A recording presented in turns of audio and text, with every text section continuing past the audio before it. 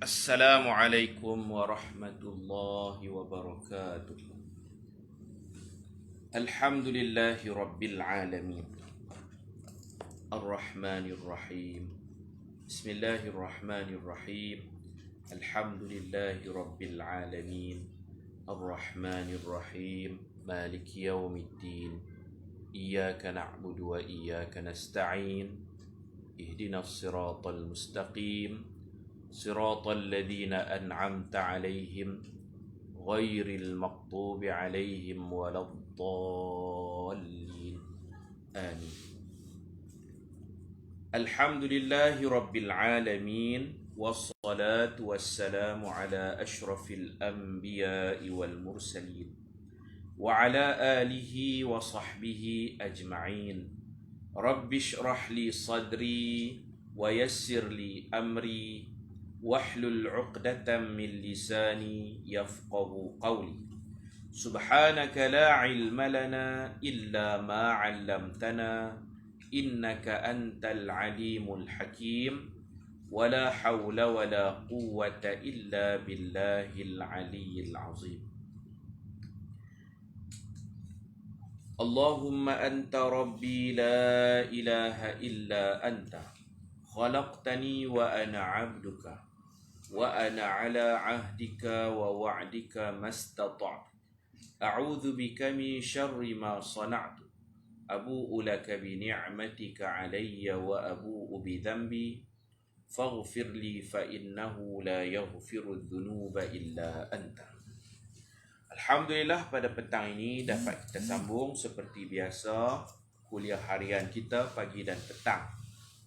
Kita sambung muka surat 41, sambung hak pagi tadi, kisah Nabi Ayub alaihi salam.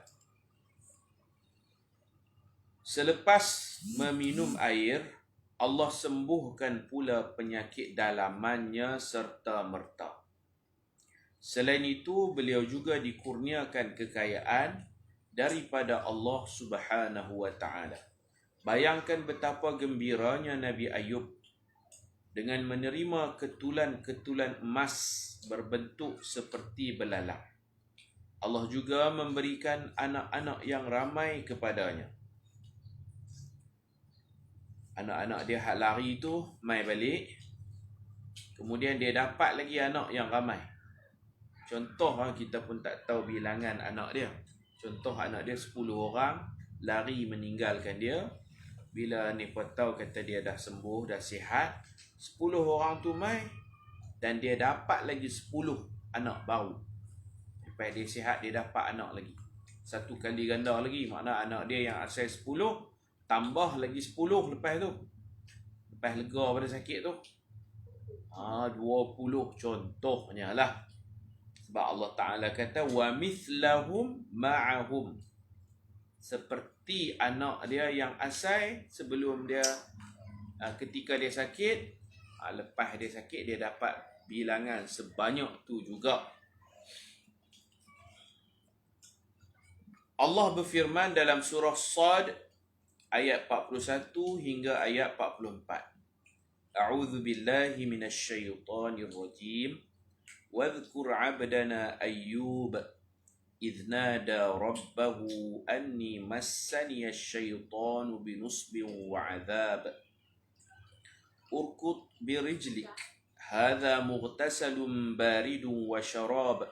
Wa wahabna lahu ahlahu wa mithlahum ma'ahum rahmatan minna wa dhikra liulil albab. Wa khudh biyadika dhighfan fadrib bihi wa la tahnath inna wajadnahu sabira ni'mal 'abd innahu awwab. Maksudnya, dan ingatlah akan hamba kami Nabi Ayub alaihi salam ketika dia menyeru Tuhannya. Ni doa dia lagi. Doa ketika dia sakit. Anni massani asy-syaitanu binusbin wa 'adzab. Sesungguhnya aku diganggu oleh syaitan dengan penderitaan dan bencana. Yang bagi sakit pada hakikatnya Allah. Tapi benda negatif dia sandarkan kepada syaitan. Adab cakap lah. Jadi dia kata, aku sakit lama ni diganggu oleh syaitan. Derita sakit dia. Hakikatnya Allah yang bagi sakit. Yang baik kita sandar kepada Allah. At-ta'anni minallah. Cermat, hati-hati buat kerja, teliti dari Allah. Wal-ajalatu minasyaitan, buat kerja gopoh gapah, kelang kabut, itu dari syaitan. Itu adab cakap. Dan kami anugerahkan, hentaklah kakimu. Dan saudara tadi terbit ayat, hentakkan kaki Nabi Ayub. Inilah air yang sejuk untuk mandi dan untuk minum. Ada juga ulama tafsir kata dia hentak 2 kali, keluar 2 jenis ayat. Dua-dua ayat tu sejuk, dia hentak di sini, keluar satu mata ayat, yang tu untuk mandi. Dia berjalan sikit, dia hentak pula kaki dia, terbit lagi ayat tu untuk minum. Ada ayat yang dia mandi, ada ayat yang dia minum. Dan Allah sembuhkan penyakit dia. Dapat kaya lagi, dapat mah lagi. Dapat ketulan-ketulan mah berbentuk seperti belalang. Masya Allah. Dan kami anugerahkannya dengan mengumpulkan kembali keluarganya. Dan kami lipat gandakan jumlah mereka sebagai rahmat daripada kami. Dan pengajaran bagi orang yang berfikiran sihat. Kemudian ada sikit tentang masalah Nabi Ayub bernazar. Dia kata kalau dia sembuh, dia nak pukul isteri dia. Ini kita tak tahu, ini min mubhamatil Quran, benda-benda yang Quran tak jelaskan. Kenapa dia nazar macam tu? Sedangkan isteri dia duk jaga dia. Isteri dia tak lari, isteri dia duk jaga dia. Makan, minum dia, mandi dia, semua isteri dia teman. Dan juga ada 2 orang sahabat baik dia, ada yang main pagi, ada yang main petang, giliak-giliak. 3 orang ni lah setia. Saya sebut pagi tadi bersamamu, macam orang sakit ada program bersamamu, Beras Faiza. Isteri dia siang malam duk jaga dia, kawan dia ada khidmat, ada yang main pagi, ada yang main petang. 3 orang ni, 3 insan ni yang tidak meninggalkan Nabi Ayub. Pasal apa Nabi Ayub bernazar, kalau aku sembuh dari penyakit, aku nak tibai bini aku. Nampak macam kejam pula, bini tu dah jaga, itu nak pergi buat bini tu buat apa kan? Yang ni kita tak tahu apa pasal. Mungkinlah dia dalam keadaan sakit, dia suruh isteri dia bacuh kopi ke, isteri dia lambat, jadi emosi dia terganggu. Dia kata hang jaga sikit, aku lega ni, aku tibai hang 100 rotan tu. Dia nazar nak tibai 100 rotan. Siang kat bini dia no. Dan lepas dia sembuh, dia pun tak jadi nak buat lah. Takkan nak buat kot, bini ni yang duk jaga. Tapi dia dah nazar, kalau saya sembuh, saya nak sebat bini saya 100 rotan. Macam mana nak buat? Syariat kita nazar macam ni tak sah, diabaikan, tak usah peduli. Kita nazar janji dengan Allah nak sedekah, tak apa. Kita janji dengan Allah, aku bernazar kalau aku sihat, aku nak puasa Isnin Khamis selama sebulan contohnya, atau tak apa. Nazar kita mesti menghala ke arah ibadat sunat. Ibadat sunat. Nazar nak pukul orang tak boleh, tu haram. Nazar dia mesti janji dengan Allah nak buat ibadat sunat. Faham tak?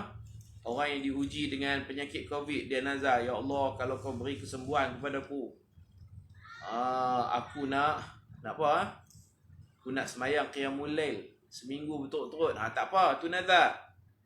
Nazar janji nak buat ibadat sunat. No?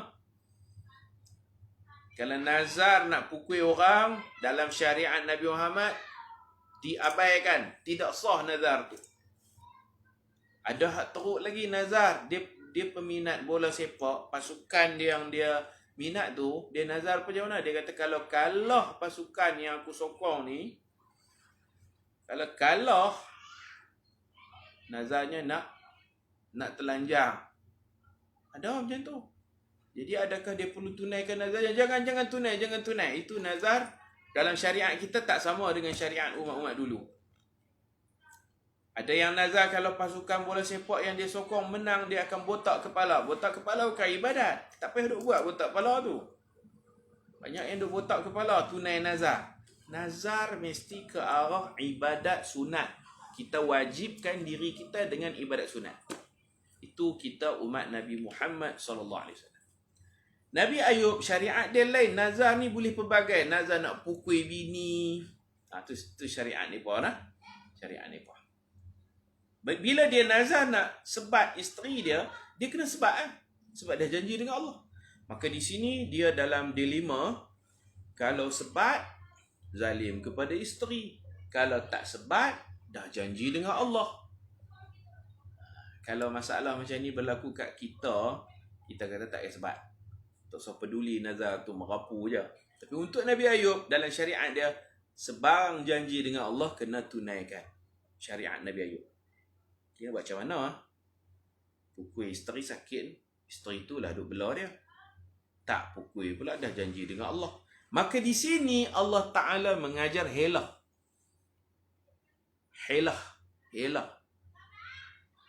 Helah ni, dalam kajian ulama-ulama tafsir, helah ada dua jenis. Ada satu helah haram, ada satu helah harus. Helah harus untuk mengelak daripada mudarat. Boleh berhelah. Seperti mana Nabi Ayub kita tengok ni. Helah yang diajak oleh Allah. Allah kata dekat Nabi Ayub, wa khudh biyadika dhigthan. Dhigthan maf'ulun bih kepada fi'il amar khudh. Khudh anta dhigthan. Kita tengok terjemahan dia. Ambil olehmu. Ambillah seikat jerami gandum dengan tanganmu. Seberkah lah. Dhigthan ni seberkah. Ambil jerami gandum seberkah.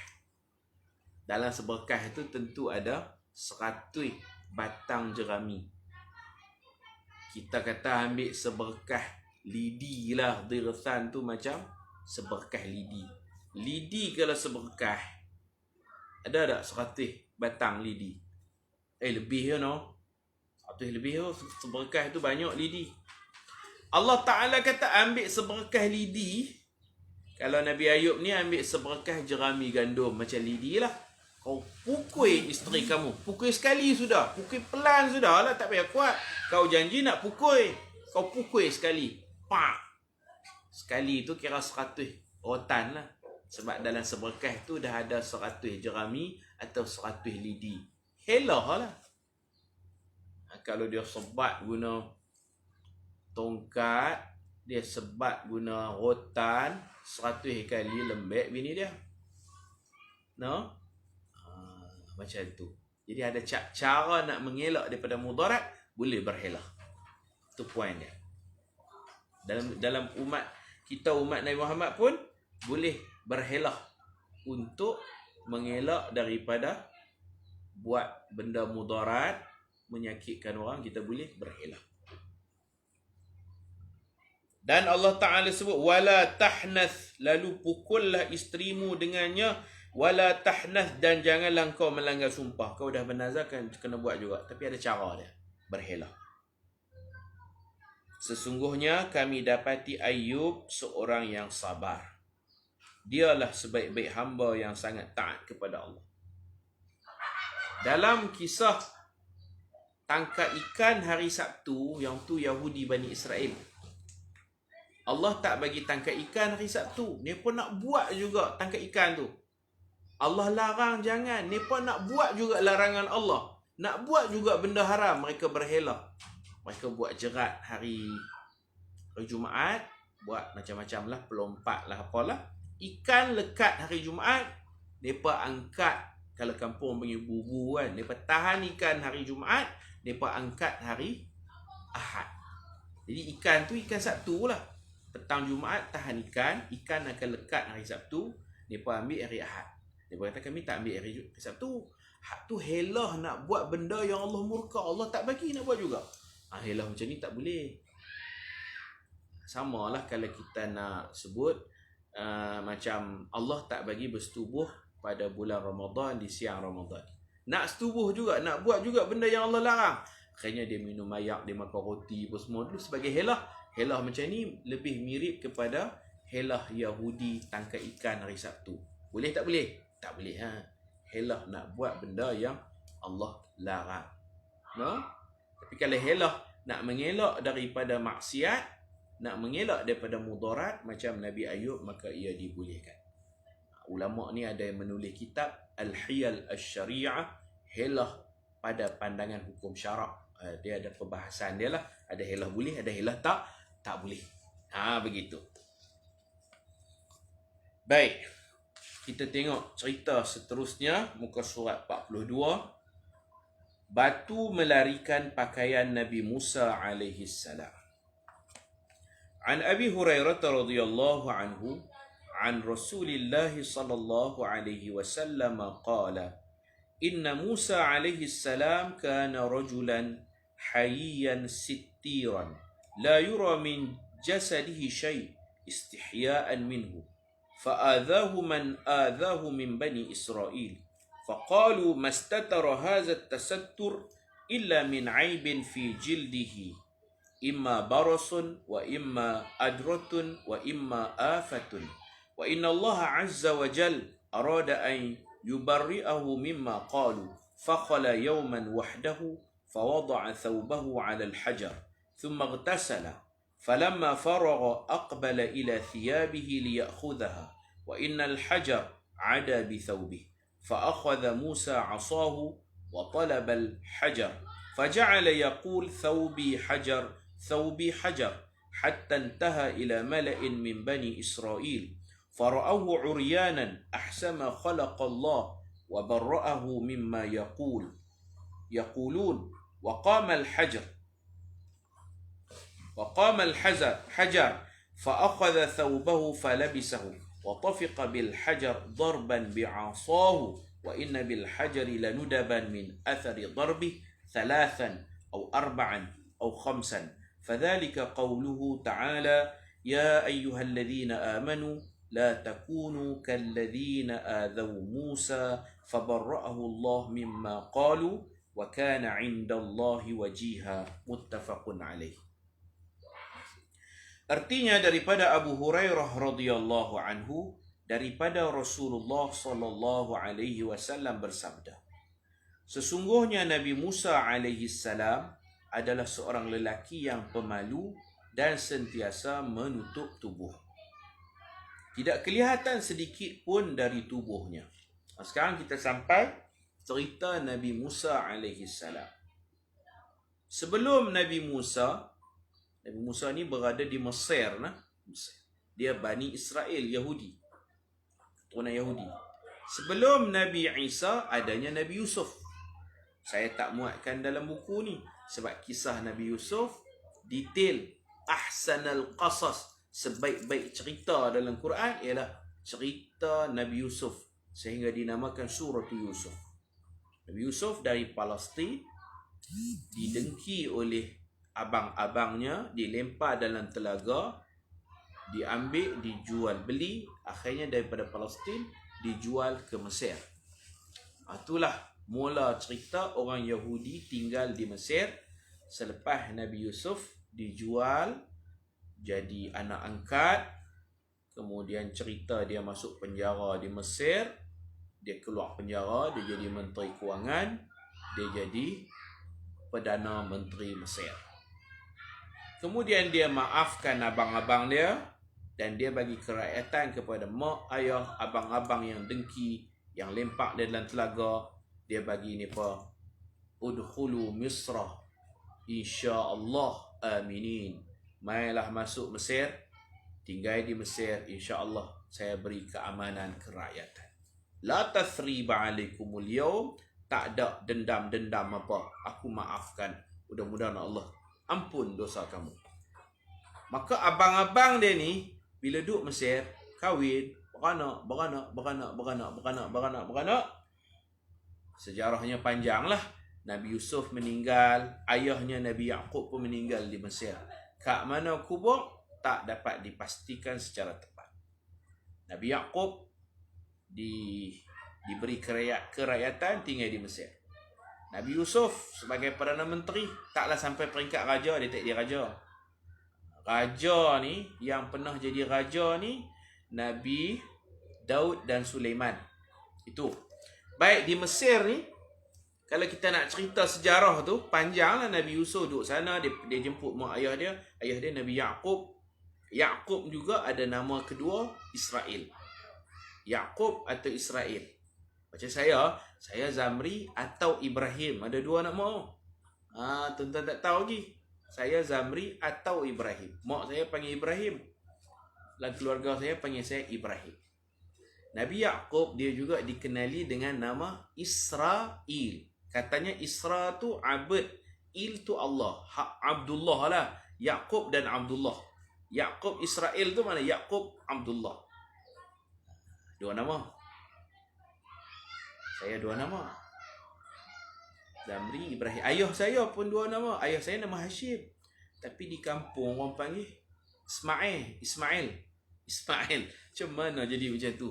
Ada sejarah dia lah, nak cerita semua jenuh lah. Baik. Jadi Nabi Yusuf meninggal di Mesir.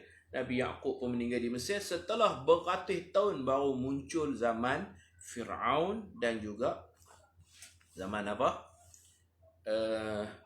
Nabi Musa alaihi salam di Mesir. Musa di Mesir. Dulu orang Yahudi ni dimuliakanlah zaman Nabi Yusuf. Orang Yahudi ni dimuliakan, diberi kerakyatan, mendapat tempat jawatan-jawatan penting di Mesir. Rakyat Mesir ni bagi peluang dekat mereka ni, mereka berhijrah ke Mesir oleh kerana mereka keluarga Nabi Yusuf diberi kemuliaan lah, dihormati. Begitu. Sampai satu peringkat, beberapa tahun lepas tu, orang-orang Yahudi ni dah mati Nabi Yaqub, dah mati Nabi Yusuf. Orang Yahudi ni jadi jahat. Ada yang mencuri, minum arak, tak sembah Allah. Ada yang murtad. Orang Yahudi ni jahat. Jahatnya orang Yahudi. Duduk di negara orang jadi jahat. Mereka bukan penduduk asal Mesir. Penduduk asal Mesir ni Qibti. Apa yang saya baca Qibti ni Arab. Mesir memang hak orang Arab. Dipanggil Arab Qibti. Arab Mesir. Al-Misriyun. Mereka Arab. Mereka bagi peluang, bagi jawatan, bagi. Tapi rupa-rupanya lemak mereka ni. Yahudi ni, setelah kematian Nabi Yusuf, Nabi Yaqub, beberapa ratus tahun lepas tu, mereka jadi jahat. Mereka pegang jawatan, mereka khianat. Mereka bukan penduduk asal, mereka pendatang. Jahat. Bahkan jahatnya mereka ni, mereka merancang untuk panggil Yahudi-Yahudi yang ada di Syria, di Palestin, di Syam. Mereka buka pintu, jemput Yahudi luar. Yahudi dalam Mesir panggil Yahudi luar, mai masuk Mesir, tawan Mesir. Apa isti'mar, penjajah Mesir. Mereka duduk dalam, mereka khianat. Mereka panggil geng mereka. Maka Yahudi luar tu mai berperang dengan rakyat Mesir, Qibti, dan Qibti kalah. Mereka dijajah. Kemudian rakyat Mesir ni bangun semula. Membina kekuatan, ada seorang ketua nama dia Ahmas ni orang Mesir lah, orang Qibti. Dia jadi ketua, dia kumpul kekuatan rakyat tempatan, anak-anak Mesir ni lawan dengan Yahudi. Akhirnya Yahudi kalah. Sejak daripada peristiwa tu, Ahmas ni dia ditabalkan sebagai Raja Mesir. Itu nama mula Fir'aun tu, Fara'ina. Ahmas ni dia punya gelaran dia Raja Mesir. Daripada zaman Nabi Yusuf dipanggil Al-Malik, Raja. Kemudian dia bertukar kepada jenama baru Fir'aun. Fir'aun Ahmas. Dan dia hukum rakyat Mesir, Yahudi yang berada di Mesir ni dihukum. Kira dia balas dendam lah. Hampa ni pendatang mai duduk Mesir. Hampa khianat, hampa tolong musuh luar. Hampa jemput orang luar masuk, hampa buka pintu. Hampa berkomplot dengan Yahudi luar, maka dia jadi kejam dan dia seksa mereka ni jadi buruh. Dia jadikan hamba abdi. Maka sejak zaman tu Yahudi ni tak boleh pakai dah. Orang Mesir tindas Yahudi. Orang Mesir hina Yahudi. Dan raja ni ada banyak. Yang paling kejam zaman Nabi Musa lah. Zaman Nabi Musa, nama dia Ramsis kedua, Ramsis Ats-Tsani. Ramsis ada dua orang, ada Ramsis pertama, Ramsis kedua. Dia ni paling kejam sekali. Dia bukan takat benci bangsa Yahudi yang ada di Mesir, bahkan dia sampai satu peringkat dia mengaku dia Tuhan. Dan dia yuzabbihuna abna'ahum. Dia suruh tentera-tentera dia sembelih secara besar-besaran, bukan yadhbahun, yuzabbihun. Kalau orang mengaji surah dia yadhbahun, sembelih macam kita sembelih ayam dengan penuh adab, sembelih lembu dengan penuh adab. Yuzabbihun, sembelihan ni secara bukan sembelih biasa, sembelih cara kasar tanpa adab secara besar-besaran. Yuzabbihun, bukan yadhbahun. Dia ada zabaha dengan zabbaha, lain-lain tu. Sungguh-sungguh punya sembelih. Sembelih dengan perasaan geram, marah. Dan Yahudi punya pasal. Yahudi duduk negara orang, dia buat masalah. Jadi patutlah Allah menghantar Fara'ina, Fir'aun ini bertindak zalim kepada Yahudi. Pasal Yahudi jahat. Dia duduk dalam tu. Waktu zaman Nabi Yusuf, okey lah. Lepas Nabi Yusuf meninggal, dia jadi duduk negara orang, tak sedap diri. Pendatang tak sedap diri, berkomplot dengan geng luar. Mereka kalau boleh, mereka nak tawan Mesir. Panggil Yahudi-Yahudi luar, mai serang, mai isti'mar, mai tawan, conquer Mesir. Tapi mereka tak berjaya. Raja-raja ni memang berdendam. Dan inilah peluang untuk seksa sehabis-habis seksaan. Faham tak? Cerita dia macam tu. Jadi kita nak sampai zaman Nabi Musa, sebenarnya ada zaman Nabi Yusuf, ada zaman Nabi Yaqub. Nabi Yaqub tu anak Nabi Ishaq. Nabi Ishaq anak Nabi Ibrahim. Panjanglah kalau saya nak cerita satu-satu ni, panjanglah. Pada zaman Nabi Ibrahim, dia dapat anaknya nama Ishaq, dan wa min wara'i Ishaq Yaqub. Dan selepas Ishaq dapat pula Yaqub, cucu Nabi Ibrahim. Yaqub tu nama dia Israel. Ya, macam itulah. Yahudi dia duduk Palestin, dia buat something di Palestin. Dulu dia duduk di Mesir. Allah punya takdir lah. Nabi Yusuf tu jadi menteri, Perdana Menteri Mesir. Dia panggil abang-abang dia mai. Dia tak bagi semua kerakyatan, dia bagi abang-abang dia mai. Bawa isteri semua. Hak daripada abang-abang dia tu lah, beranak ramai. Ramai ribu ni pa. Akhirnya ni pa rasa macam negara ni pa tamak, ni pa nak kuasai Mesir. Tak berjaya, raja-raja ni sakit hati lah. Maka diseksa mereka. Seksaan hak paling teruk tu Ramsis kedua tu lah. Dia bermimpi anak Yahudi lelaki ada seorang akan menggugat kerajaan dia. Itu yang dia perintahkan, sembelih anak lelaki. Yuzabbihuna abna'ahum wa yastahyuna nisa'ahum. Anak perempuan dibiarkan hidup, anak lelaki disembelih dengan kejam, brutal, jahat. Sembelih bukan sembelih biasa, tikam muka, kerat sampai putih kepala. Itu makna yuzabbihun. Sembelih sampai kerat kepala, pancung kepala. Baik. Itu yang kita nak ceritakan. Lah ni sampai zaman Nabi Musa dah. Sebelum zaman Nabi Musa, zaman Nabi Yusuf. Sebelum tu zaman Nabi Yaqub. Begitu dia punya rentetan dia. Kenapa saya tak masukkan dalam ni? Cerita Nabi Yusuf detail ada dalam Quran. Tuan-tuan baca Quran, baca tafsir Suratul Yusuf. Cerita dia dilempak dalam telaga, cerita dia masuk penjara semua. Ada dimuatkan dalam surah Yusuf. Kena baca tafsir dia lah. Okey. Baik.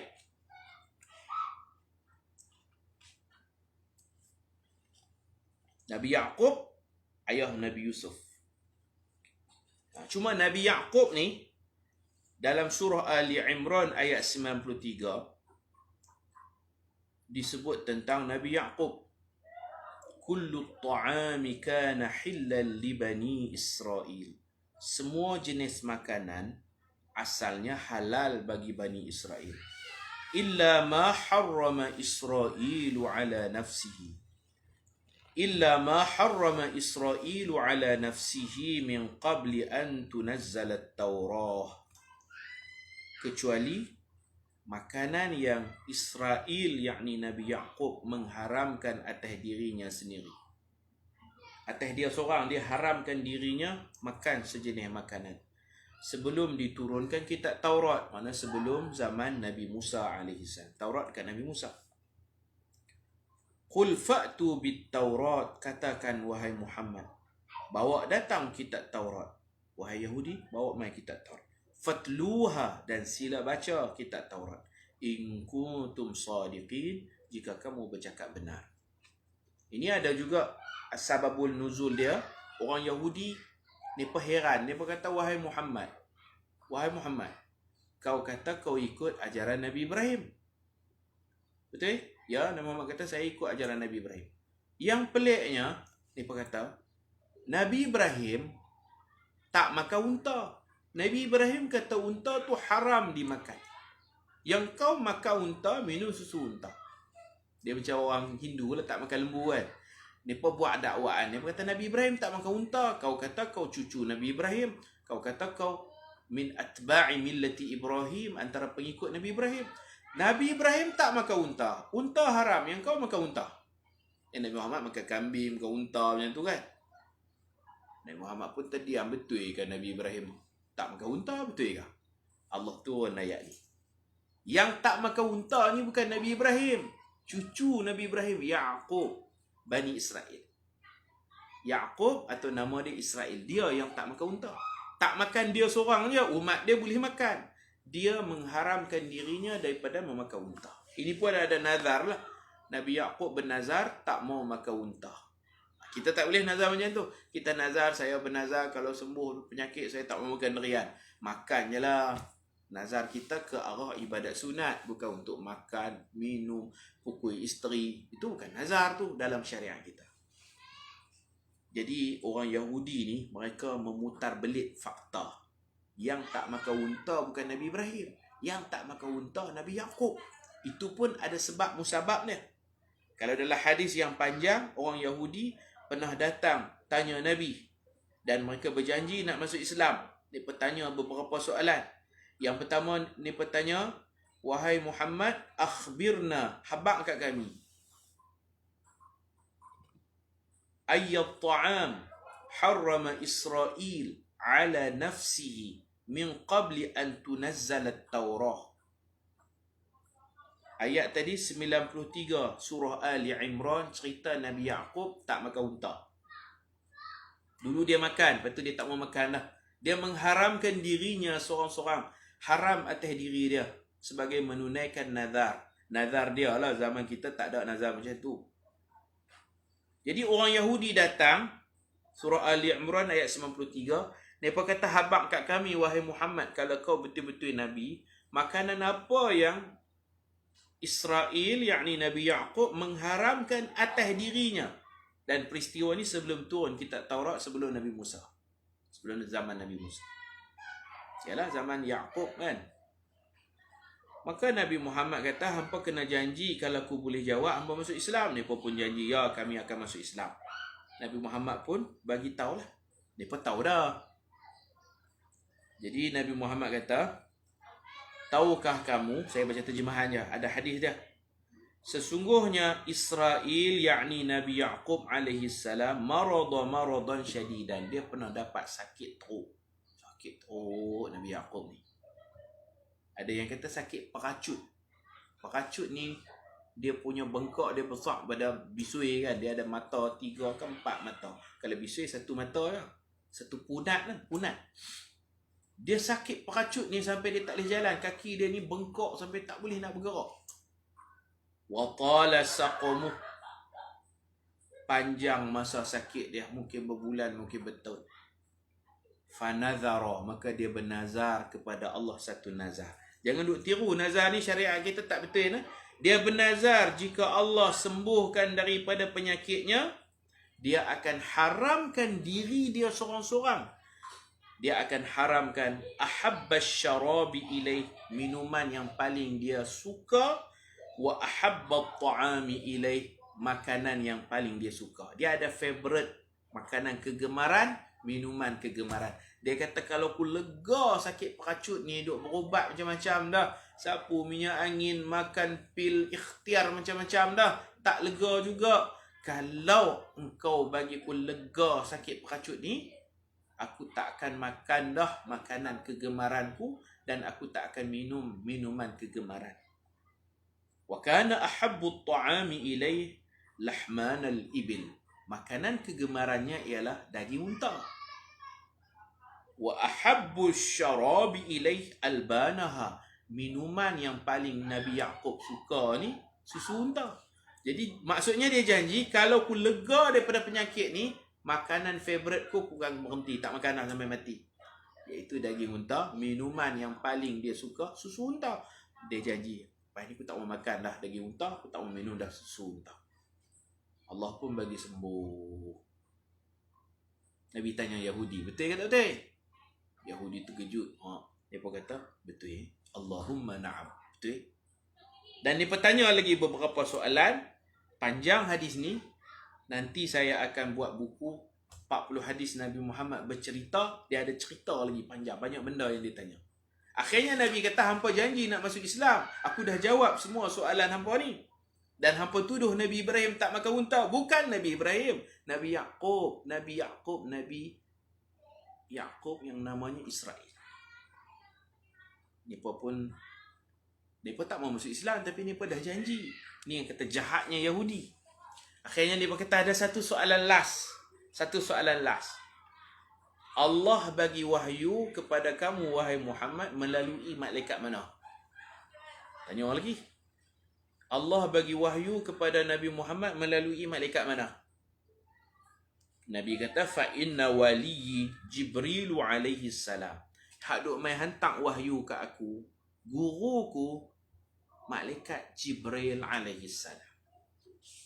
Dan Nabi kata, nabi-nabi lain pun serupalah. Walam yab'athillahu nabiyyan qat illa wa huwa waliyyu.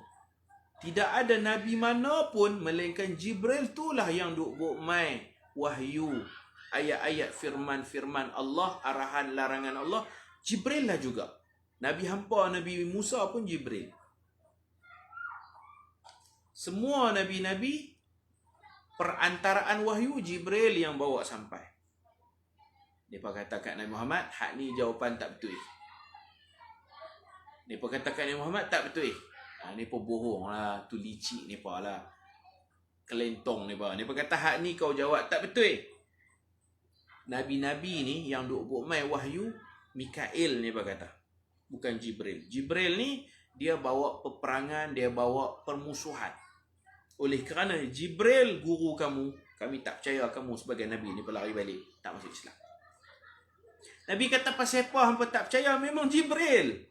Malaikat yang bertugas membawa wahyu memang Jibril. Mereka kata tak, innahu aduwuna. Jibril musuh kami. Kami anti Jibril. Pula dah. Kami meluat kat Jibril. Kalau Mikail okey. Ulama hadis kata, mereka ni kelentong je. Sekiranya Nabi kata malaikat yang bawa wahyu tu Mikail, kalaulah Nabi kata malaikat guruku Mikail, mesti ni pekalih kot lain pula. Dia kata, Mikail kami tak suka. Kami suka Jibril. Butuh pula. Jadi dia kata kami tak suka Jibril. Jibril musuh kami. Innahu aduuna. Qalu innahu aduuna. Sesungguhnya Jibril itu musuh kami.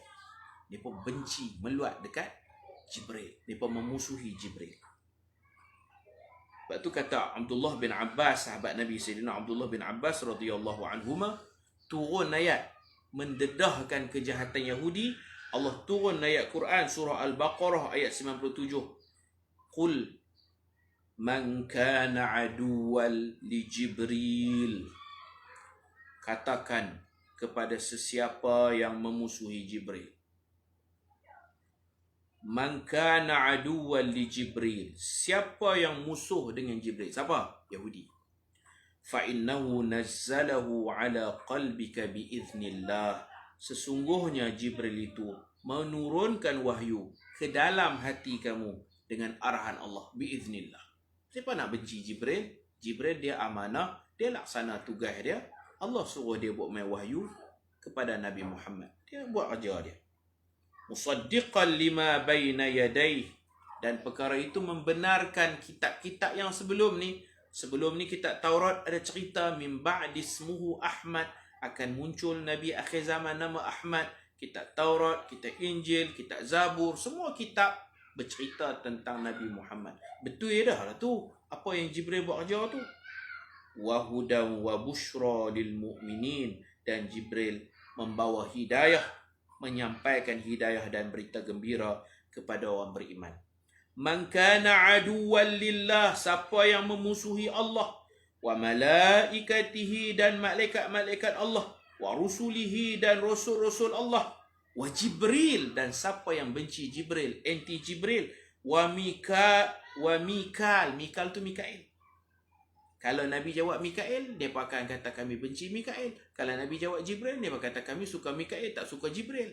Kita kena beriman, kena sayang dengan semua malaikat. Tak boleh pilih-pilih. Siapa yang memusuhi Allah, siapa yang memusuhi malaikat-malaikat Allah, ni Allah sebut cara umum. Wa malaikati am, wa rusulihi, rasul-rasul Allah. Kemudian Allah sebut secara khusus, siapa yang mengkana aduan, siapa memusuhi Jibril, Mikail, fa innallaha aduwwul lil kafirin, maka sesungguhnya Allah memusuhi orang-orang kafir. Dia meluat kat Jibril. Jibril pun meluat dekat mereka. Bahkan fa innallah, sesungguhnya Allah aduwwul lil kafirin, memusuhi orang kafir. Ni saya nak cerita zaman Nabi Yaqub. Sebahagian kisah Nabi Yaqub tak makan unta pasal penyakit personal peribadi dia. Dia haram untuk diri dia, bukan untuk semua orang. Sebab kuasa haram halal ni hak Allah. Allah kata haram, haram. Allah kata halal, halal. Nabi Yaqub tak boleh sesuka hati mengubah hukum Allah. Untuk diri dia, dia kata aku tak mau makan dah. Aku dah nazar, aku tak mau makan dah unta. Ahabbut ta'am, makanan paling dia suka. Wa ahabbus syarab, susu unta pun dia tak mau minum dah. Minuman paling dia gemari. Macam tu. Ni Nabi Yaqub. Kemudian Nabi Yusuf, tuan-tuan tengok surah Yusuf. Kemudian lepas Nabi Yusuf, pengkhianatan Yahudi, mereka diseksa oleh fara'ina Fir'aun. Dan kemudian lahirlah Nabi Musa. Nabi Musa lahir tu pada zaman Ramsis kedua, di celah-celah masa Ramsis kedua mengamuk. Dia bukan lagi memperhambakan Yahudi, dia mengamuk. Dia suruh sembelih, potong kepala anak-anak lelaki Yahudi yang ada di Mesir. Zaman tu celah-celah tu mak Nabi Isa beranak Nabi Isa. Maka dalam Quran suratul Qasas ada cerita Allah ilhamkan mak Nabi Isa, letak aniqdhifihi fit tabut. Aniqdhifihi fit tabut. Letak Nabi Musa, minta maaf, bukan Nabi Isa. Letak Nabi Musa baby ni fit tabut, dalam satu kotak. Dalam satu kotak kayu lah. Kotak kayu. Hanyutkan dia. Hanyut sampai ke Fir'aun pula. Akhirnya Fir'aun ambil dia buat anak angkat. Fir'aun buat sebab isteri Fir'aun Asyah berkenan. Bukan dia pun tak ada anak. Dia pun bukan tak ada anak. Dia pun ada anak perempuan, anak lelaki tak ada. Anak perempuan ada, anak lelaki tak ada. Jadi Asyah tengok comel lah budak ni, buat apa kita bunuh. Kita buat dia jadi anak angkat kita, pasal kita anak kita semua perempuan, teringin anak lelaki. Jangan kata Fir'aun ni tak ada anak. Ada anak tu yang Masyitah tu. Masyitah tukang sikat rambut anak perempuan Fir'aun. Fir'aun bukan mandul, Asyah bukan mandul. Ada anak tapi Allah tak rezekikan anak lelaki. Anak perempuan ramai. Begitu. 6 lebih dah. Kita berhenti dekat ni dulu. Esok kita sambung. Yang kita nak cerita, Nabi Musa mandi. Kain baju dia batu buat pelari. Saja saya undur sikit supaya kita tahu macam mana Nabi Musa tiba-tiba dia boleh duduk di Mesir. Mereka boleh duduk di Mesir ni asbab Perdana Menteri Mesir satu zaman dulu Nabi Yusuf bin Yaqub. Jadi Nabi Musa ni keturunan tu lah, keturunan, sama ada dia keturunan Nabi Yusuf sendiri ataupun dia keturunan abang-abang Nabi Yusuf. Yang sebelah orang tu termasuk saudara Nabi Yusuf, Bunyamin kan. Jadi dia anak-anak mereka lah. Dia anak-anak mereka. Kemudian dia punya misi dia nak selamatkan Yahudi, nak buat keluar Yahudi daripada tanah besar Kahirah, nak buat keluar, dan akan berlaku peristiwa. dia lalu dekat laut terbelah 12 dan dia ke semenanjung Sinai. Semenanjung Sinai, bawa mereka pergi sana nak masuk ke bumi suci Palestin. Tapi tak berjaya juga sebab kebiadaban mereka, maka dihukum duduk di Sinai tu selama 40 sanah, 40 tahun duduk di Sinai. Lepas lintas laut duduk di Sinai 40 tahun. Tak boleh pergi Palestin, Allah tak terima. Jadi setakat tu dulu, mudah-mudahan bermanfaat kuliah kita kuliah sejarah dan tafsir sebenarnya. Tafsir Quran. Quran banyak bercerita, jadi kita kaitkan dengan ayat Quran supaya kita dapat faham insya-Allah. Wallahu a'lam bissawab wa sallallahu ala sayyidina Muhammad wa ala alihi wa sahbihi wa baraka wa sallam. Walhamdulillahi rabbil alamin. Subhanakallahumma wa bihamdika asyhadu an la ilaha illa anta astaghfiruka wa atubu ilaik. Bismillahirrahmanirrahim. Wal 'asr innal insana lafi khusr illa alladhina amanu wa 'amilus solihat wa tawasaw bil haqq wa tawasaw bis sabr. Assalamualaikum warahmatullahi wabarakatuh.